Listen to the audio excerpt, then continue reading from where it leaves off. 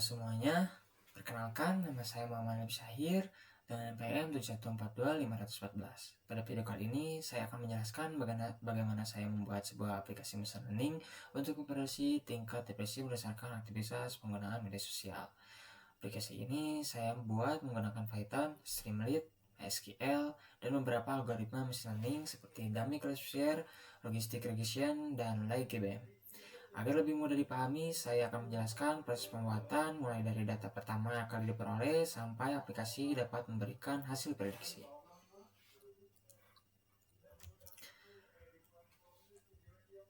Nah, ini ada beberapa tahapannya. Ada tahap 1, yaitu pengumpulan data dan pengambilan data.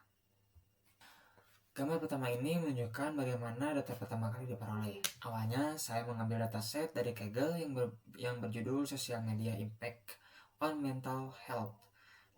Dataset tersebut masih berupa file CSV yang berisi informasi mengenai penggunaan media sosial seperti umur, jenis kelamin, lama penggunaan media sosial, jam tidur, aktivitas fisik, interaksi sosial, hingga kondisi mental seperti tingkat stres, kecemasan, dan depresi.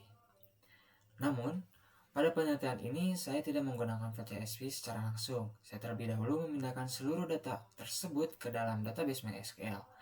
Mengapa saya menggunakan MySQL? Karena database lebih mudah dikelola dibandingkan membaca file CSV secara langsung, terutama jika suatu saat data bertambah atau ingin dikembangkan menjadi aplikasi yang lebih besar.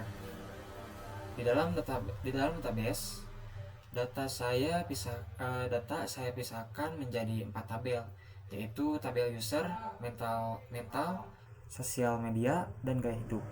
Ketika aplikasi dijalankan, Python akan menghubungkan diri ke database menggunakan library MySQL Connector.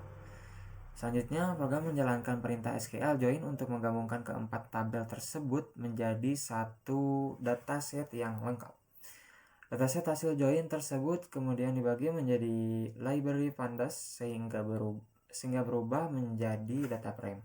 Nah, data frame inilah yang nantinya digunakan pada proses machine learning. Nah, sekarang lanjut ke tahap yang kedua, yaitu eksplorasi data analis. Setelah data berhasil dibaca, saya tidak langsung membuat machine learning. Saya terlebih dahulu melakukan eksplorasi data analis atau EDA. Tujuan EDA adalah mengenali karakteristik data yang dimiliki. Pada tahap ini, saya mengecek apakah ada data yang kosong, apakah ada data yang duplikat, serta melihat distribusi data menggunakan beberapa visualisasi. Sebagai contoh, saya melihat distribusi umur pengguna, distribusi tingkat depresi, platform media sosial yang paling sering digunakan, dan hubungan antar lama pengguna media sosial dengan tingkat depresi. Tahap ini sangat penting karena sebelum model dibuat, kita harus memahami terlebih dahulu kualitas data yang digunakan. Lanjut ke tahap yang ketiga, yaitu processing data. Setelah data dipahami, langkah berikutnya adalah processing. Bisa dibilang ini adalah proses membersihkan data agar dapat dipahami oleh komputer. Contohnya seperti komputer tidak memahami tulisan laki-laki atau perempuan. Komputer juga tidak memahami tulisan Instagram atau TikTok. Karena itu data di kategorikal harus diubah menjadi angka menggunakan teknik one-hot encoding. Kemudian apabila terdapat data kosong yang missing value, saya mengisinya menggunakan nilai median untuk data numerik dan modus bentuk data kategorikal. Selanjutnya, data numerik dinormalisasi menggunakan standar scalar. Tujuannya agar semua angka memiliki skala yang seimbang sehingga model tidak lebih mementingkan salah satu variabel saja. Nah, semua proses processing ini akan saya gabungkan ke dalam pipeline. Jadi ketika nanti ada data baru, proses processing akan berjalan secara otomatis. Lanjut ke tahap yang keempat, yaitu menentukan fitur dan target. Nah, pada tahap ini saya menentukan data mana yang dijadikan input dan mana yang menjadikan output. Fitur adalah informasi yang diberikan kepada model, sedangkan target adalah jawaban yang ingin diprediksi oleh model. Pada penelitian ini, targetnya adalah tingkat depresi, sedangkan fitur yang digunakan meliputi umur, gender, platform media sosial, jam penggunaan media sosial, jam sebelum tidur, jam tidur, aktivitas fisik, interaksi sosial, dan nilai akademik. Sementara beberapa kolom seperti user ID tidak digunakan karena hanya berfungsi sebagai identitas pengguna. Kolom seperti tingkat stres, kecemasan, kecanduan juga tidak digunakan sebagai fitur agar model tidak memperoleh bocoran informasi terhadap target. Lanjut ke tahap yang kelima, yaitu pembuatan machine learning. Setelah fitur dan target yang tadi sudah ditentukan, saya mulai membuat model machine learning. Saya tidak hanya membuat satu model, saya membandingkan 3 algoritma. Yang pertama adalah dummy classifier. Model ini digunakan sebagai model pembanding atau baseline. Model kedua adalah logistic regression.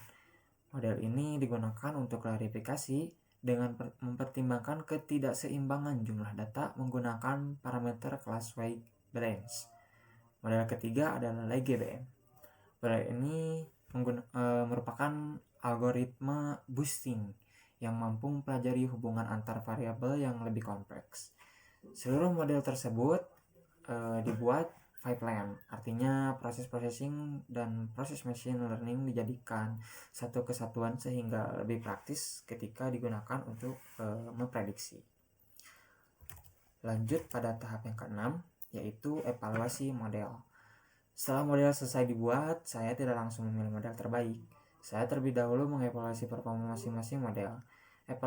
Evaluasi dilakukan menggunakan metode Review Stratified.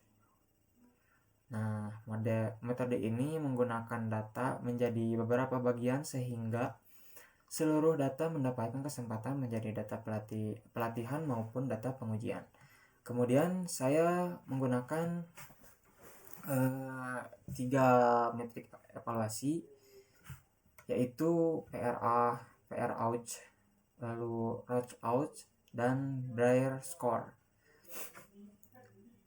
Secara sederhana, semakin tinggi nilai PR out dan Roach out, maka model semakin baik. Sedangkan semakin kecil nilai Breyer score, maka kualitas probabilitas prediksi semakin baik. Berdasarkan hasil evaluasi tersebut, saya memilih model yang baik dengan performa terbaik. Lanjut ke tahap yang ketujuh, yaitu penyimpanan model. Setelah model terbaik diperoleh, model tersebut saya simpan ke dalam file berekstensi, yaitu PKL menggunakan library Vical. Mengapa model disimpan? Karena proses training membutuhkan waktu. Jika setiap aplikasi dibuka harus melakukan training ulang, maka prosesnya akan sangat lama. Dengan menyimpan model, aplikasi cukup memanggil file PKL, sehingga prediksi dapat dilakukan secara cepat. Selain model, saya juga menyimpan informasi processing dan daftar fitur agar model dapat digunakan kembali tanpa perlu membuat ulang proses training.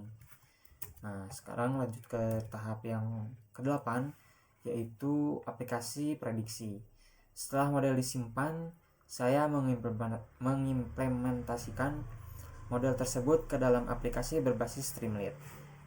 Nah, di dalam aplikasi ini penggunaan cukup mengisi beberapa informasi seperti umur, jenis kelamin, jam penggunaan media sosial, jam tidur, aktivitas fisik, interaksi sosial, dan nilai akademik. Setelah tombol prediksi ditekan, aplikasi akan membaca model yang telah disimpan. Kemudian seluruh data pengguna diproses menggunakan pipeline yang sama seperti saat training. Nah, setelah itu model machine learning melakukan prediksi terhadap tingkat depresi pengguna. Lanjut ke tahap terakhir, yaitu tahap yang ke-9, hasil prediksi. Nah, tahap terakhir adalah menampilkan hasil prediksi kepada pengguna. Aplikasi akan menunjukkan kategori tingkat depresi, misalnya minimal, ringan, sedang, berat atau sangat berat. Selain itu, aplikasi juga menampilkan nilai probabilitas. Nilai probabilitas ini menunjukkan seberapa yakin model terhadap hasil prediksi yang diberikan. Semakin tinggi nilai probabilitasnya, maka semakin besar keyakinan model terhadap hasil prediksi tersebut. Dengan demikian, penggunaan tidak hanya mengetahui hasil akhirnya, tetapi juga mengetahui tingkat kepercayaan model dalam memberikan prediksi. Nah, jadi secara keseluruhan, proses aplikasi ini dimulai dari mengambil data dari Kaggle, kemudian data dimasukkan ke dalam database MySQL, dilanjutkan dengan proses EDA, processing, pembuatan model machine learning, evaluasi model, penyimpanan model, lalu akhirnya model diimplementasikan ke dalam aplikasi Streamlit untuk memberikan prediksi tingkat depresi. Walaupun saya menggunakan dataset dan alur dasar dari Kaggle sebagai referensi, saya mengembangkan implementasinya dengan menggunakan database MySQL. Membangun aplikasi berbasis Streamlit, memisahkan proses training ke dalam file khusus, serta menyimpan model agar dapat digunakan kembali tanpa perlu melakukan training ulang. Terima kasih sudah menonton video ini. Semoga penjelasan saya dapat membantu memahami bagaimana sebuah aplikasi machine learning dibangun dari awal hingga dapat digunakan untuk melakukan prediksi. Sekian video kali ini. Terima kasih. Wassalamualaikum warahmatullahi wabarakatuh.